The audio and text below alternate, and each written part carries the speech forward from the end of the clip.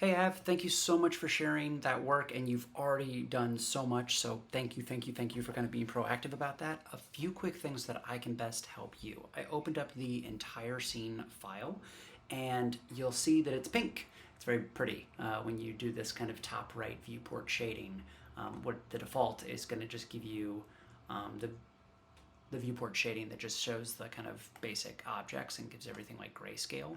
But the moment that I say like, hey, show me all the textures, which is this third one over in the top, it does this. It turns pink, which means I can't find it. However, in your Unity project, literally in the folder level, not even in the like project itself, there should be folders with the materials for your objects. And what that's going to basically do is when you look in the material settings of Blender down in the bottom right, it's looking for M underscore metal or M underscore panel, passport control, signs, turnstile, wall. All those are just pre-baked textures that we'd be able to pull in, and again, immediately the scene is going to look a lot better just out of the gate. So we either need a zip file of all those materials, or you can reconnect them back in and then zip that out to me. But basically, I need those materials so I can reattach them so that the scene can just right out of the gate look a lot nicer. The second thing is you'll notice if I can find, let's see, open this, open your original Hello, video. Brendan. You'll notice part of what is so sneaky that makes this look so pretty. I don't know if that worked or not, going full screen. But part of what makes this so pretty is this skybox that's just surrounding it, which is just like clouds and sky and blueness. And if that is itself an object in Unity, let's save that out and see if we can bring it in, because I don't think it's going to cost a lot. I think it's just an image or an HDRI basically surrounding everything. If not, if those are all objects, we can either bake one, so we can record basically what is outside of the airport as its own image, or we just go find one. So like for now, quickly in Google, I would just go for like, pretty HDRI sky. Go into the images, right? And I would just then, these are like up in the sky. Let's see, sky, horizon. Yeah, this seems to have like a piece of horizon at the bottom of it.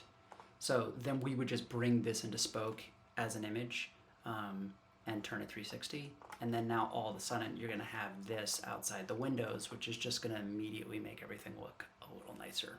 Boomtown. So that's a quick fix there. And then the final thing I wanted to ask, the final suggestion that I had was, yes, you could go in all day, every day, and do these like modular pieces, and that's incredible that you want to like think about that at the art gallery level.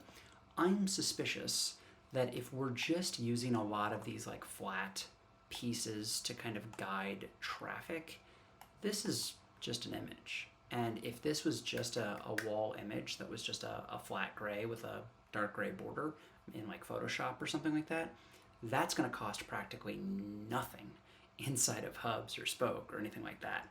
And that could also be a low-cost way to bring it back into Unity later on. I mean, yes, this is great and lovely, and it probably receives lighting or texture differently if that's what you're doing. But if you're just using this out of the box, especially at like a game level, I think that these could just be static images without a problem. The final thing that you kind of asked me about was these stanchions.